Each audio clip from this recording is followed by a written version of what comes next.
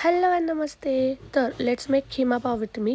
तर इथे मी असे 4 कांदे घेतलेले आणि छान कांदे जेवढे जास्त घ्याल तेवढा छान तुमचा खिमा बनेल. आणि याच्यात काय असं रॉकेट सायन्स नाही, बट मी बनवत होते तर म्हटलं तुमच्यासोबत पण रेसिपी शेअर करावा. त्यानंतर मी इथे अद्रक, लसूण, हिरवी मिरचीची पेस्ट करून घेतली छानपैकी.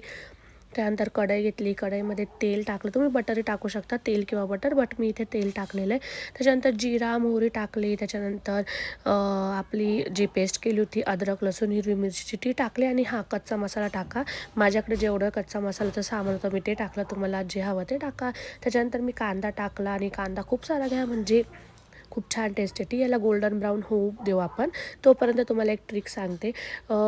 तडकावाला पॅन घ्यायचा, त्याच्यामध्ये तेल टाकायचं आणि तुमची जी नॉर्मल रेग्युलर जी लाल मिरची असते ती टाकायची. तुम्हाला काश्मीरी लाल मिरचीची पण गरज पडणार नाही. कलरसाठी खूप छान कलर येतो गाईज. असं तेल आणि लाल मिरची गरम करून टाकल्यावर भाजीमध्ये.